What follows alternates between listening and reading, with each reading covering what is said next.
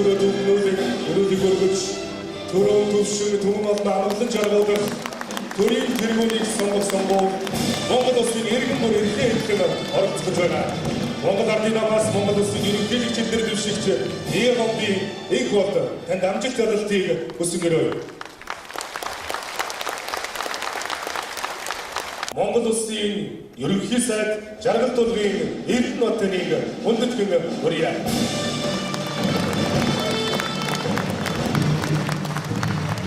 Хүмүүжүүлэгч та бүдийнхээ энэ өдрийн амраа болон гэрэн хэнчиж байна. Монгол Улсын ерөнхийлөгчийн сонгуульд Монгол Ардын намаас нэр дэвшигч Ниgambi-ийн хийг болдын урилгаар хөдөлсөн ирсэн явдалд бас та бүхэндээ би талархал илэрхийлье гэж ингэж бодож байна.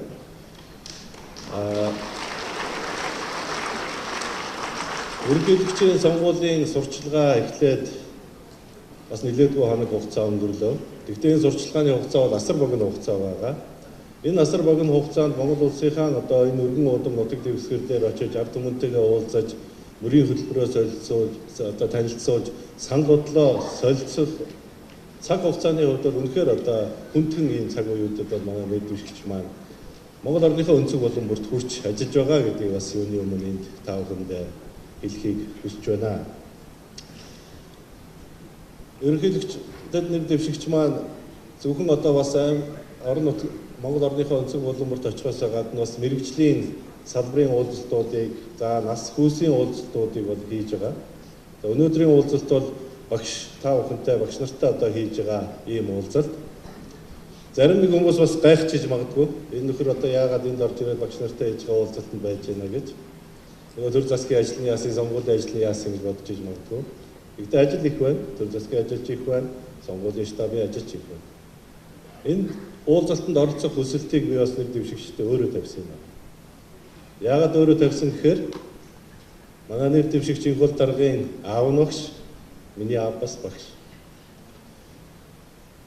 Тийм учраас багшийн гэр бүлд, багшийн нуруунд дээр ямар хүнд ачаа байдаг, багшийн гэр бүлийн жаргал зовлон үзэж туулж өссөн хүний хувьд бол энэ заалнаас нэг гэр бүлийн ийм халуун дулаан уур амьсгалыг мэдрья гэж ингэж бодсон юм аа.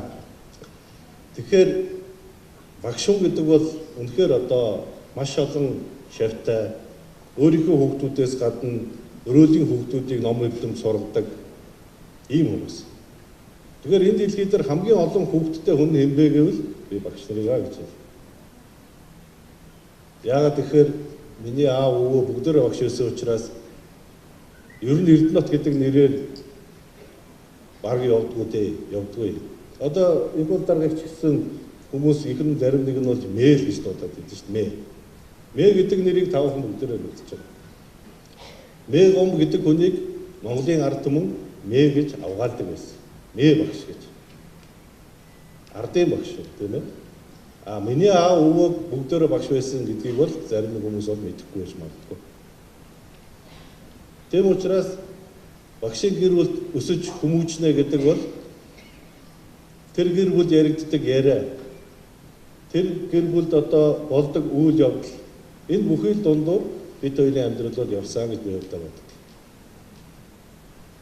Багшийн хүүхэд бол заавал давхар илүү цагийн хүмүүжлийн хичээлд суун. Тэрний юу гэсэн үг вэ гэхээр за чи багшийн хүүхэд учраас хичээлээ тасалж бол. Моосорч бол. Өмүүлж бол. Альва нийгмийн болон одоо бусад ажил төрлөөс хойшоо сууж бол. Яагаад гэхээр багш хүн болгон өөрөө шавнартаа саяны миний хэлсэн үгнүүдийг хэлдэг. Тийм учраас хүүхдэн болж төрсөн бид нар тэр багшийн бусдын одоо үр хүүхдүүдэд хэлдэг тэр зөвлөдөг, сургадаг тэр зүйлийг хэрэгжүүлэхгүйгээр явах болцоо байна. Тийм учраас заавал илүү цагийн одоо хүмүүжлийн хичээлд суудаг. Заримдаа бас хүүхд тогтоо атаархдаг байсан. Гэхдээ ганц өдөр чөлөө мөлөө авч ингэж үтгэхээс гэж. Үнэхээр тийм боломж бол байдгүй байлаа. Тэгээд одоо багш хүний хүүхэд учраас бусад нь жамаг харж байгаа. Бусад хүмүүс эцэг эхчүүд чамайг муулна. Тийм учраас чи бол хүмүүжлийн дээд зэргийн төвшөнд мөн одоо сургуулийн ч гэсэн тодорхой дээд хэмжээнд одоо байх ёстой гэдэг энэ хүмүүжлэлээр бид хоёр бол өсөж төрсөн. За миний хувьд бол тэгсэн. За ардын багшийн хөвгөд бол бүр надаас ч илүү байсан баг гэж ингэж би боддгийг. За багш гэдэг хүн бол Монголын ирээдүйг тодорхойлогч нар. Монголын ирээдүйг тодорхойлогч нар. Та бүгдийн үйлдвэрлэж байгаа бүтээгдэхүүн хэдий чинээ чанартай байх тусмаа Монгол улсын хөгжлийн ирээдүйн гэрэлгийгээ төдий чинээ тод байна. Тийм учраас би түрүүн багшийн нуруунд дээр ямар хүнд ачаа үүрэгдэж явдаг вэ гэдгийг би сэтгэлээрээ мэдэрч өссөн юм а гэж би хэлээд. Өнөөдөр инженерч багштай, гагнуурчинч багштай, эдийн засагч багштай, нягтламж багштай, малын эмч багштай. Багшгүйгээр өнөөдөр хүн ирээдүйдээ өөрийнхөө амьдралыг аваад явах болцоо боломж бол хязгаарч байна. Багшийн зааж зөвснөр өнөөдөр хүн ирээдүйн амьдралыг төлөвлөдөг. Тэрнтэй адилхан тэр төлөвлөгөөг гаргагч нар маань өөрөө эрдэмтэй боловсралтай байж иж Монгол улсын ирээдүйн хөгжлийн төлөвлөгөө төслийг боловсруулж гаргаж чадна. Ийм л гавьяатай хүмүүс гэдгээр та бүгдээрээ бид бахархаж явдгийг, ээж аваараа ч гэсэн би бол бахархаж явдаг юм аа.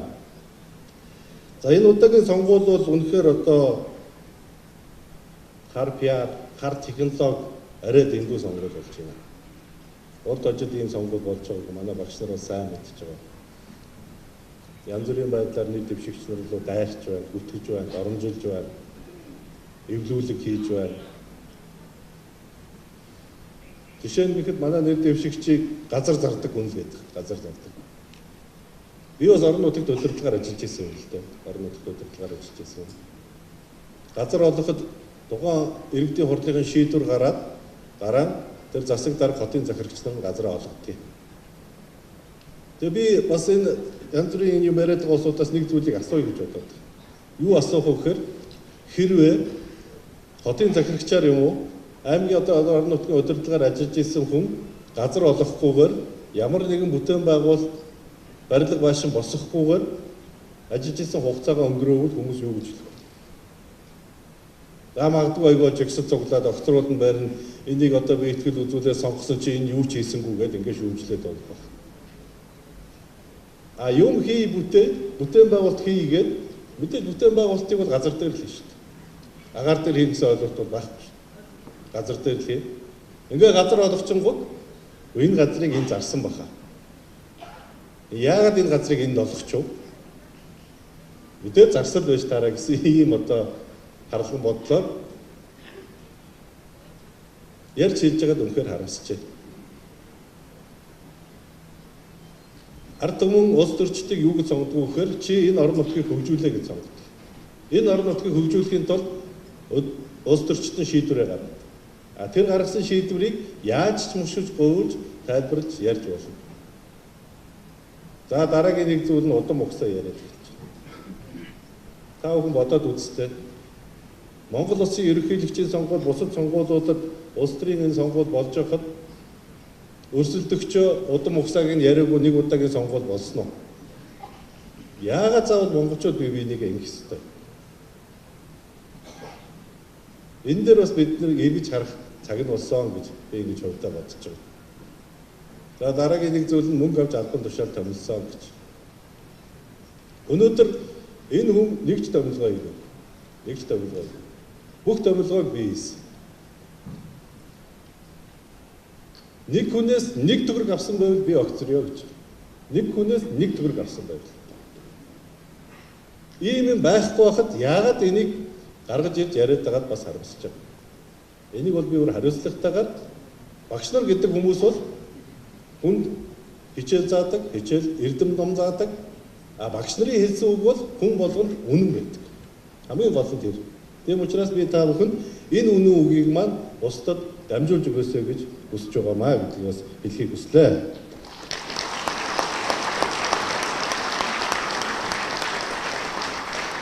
За Монгол улсын ерөнхийлөгч гэдэг хүн хэн байх ёстой юм бэ гэдэг асуулт. Хэн байх ёстой? Хэн нэг бодлоо ярьж ард түмний тархийг угаадаг хүн байх ёстой юм уу? Аль эсвэл улс орныхоо төлөө юу ч хийгээгүй гэж эх оронч гэдэг нэрийг өөртөө зүүж яваа хүн байх ёстой юм уу? Аль эсвэл шат шатны дамжлагаараа бэлтгэгдсэн боловсон хүчин байх ёстой. Энийг бол Монголын ард түмэн бодож тунгааж сонголтооийнэ гэдэгт би эргэлзэхгүй байгаа. Манай засгийн газар байгуулагдсан цагаас хойш улс орныхоо эдийн засгийг өөдөн татах, ард иргэдийнхээ амьдралыг өнгөтэй өдөртэй болгох, орлоготой болгох энэ бололцоо боломжийг эрэлхийлж байна. Энэ чиглэлээр тодорхой ажил арга хэмжээнүүдийг зохион байгуулж байна. Бидэнд алдаа гарах хэрэг байна. Хэдэн жил бид нар худлаа ярьж алдаж явсныг та бүхэн бүгдээрээ мэдж байгаа. Энэ алдаж явсан алдааг Монголын ард түмэн шүүдэг, шүүгээл сонголтоо хийдэг. 2016 оны улсын хурлын сонгуул бол ийм сонголт болсон гэж би бодож байгаа. Өнөөдөр эдийн засагт маань тодорхой хэмжээнд хонглын үзүүрт гэрэл харагдаж ирсэн. Би нэг төрийн албан агч нарын уулзалтан дээр хэлэхдээ одоо сэхэнээс гарлаа, жирийн тасагч шилжсэн шүү гэж би хэлжсэн. Эмнэлгийн өвчтнөр бол. Одоо бид энэ өвчнийг ялааршуулаад эдийн засгаас сэргээгээд ард түмнийхээ амьдралыг сайжруулах нь бидний үүрэг. Энэ үүргийг хэрэгжүүлэхийн тулд Монголын төв нэг зүгт харсан нэг бодлоготой байх ёстой. Нэг зүгт харсан нэг бодлого. Нэг зүгт харсан нэг бодлого гэдэг бол Монгол улсын ерөнхийлөгч, улсын их хурл, засгийн газар нь нэг зүгтээ харж явах ёстой. Ингэж нэг зүгтээ харж чадах юм бол Монгол улсын хөгжил байнгын өсөлт дэвшилттэй байх болно гэдгийг бас та бүхэнд хэлхийг хүсэж байна.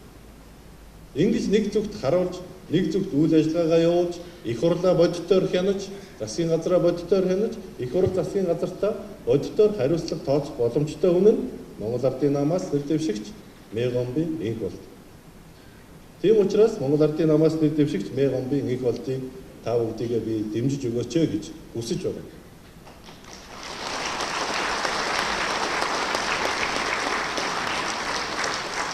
Өнөөдөр бид дэлхийн олон улс оронтой харилцаатай та бүхэн бүгдээрээ мэдж байгаа. За тэр дундаа Орос, Хятад хоёртой бүр илүү одоо харилцаатай ийм улс орн.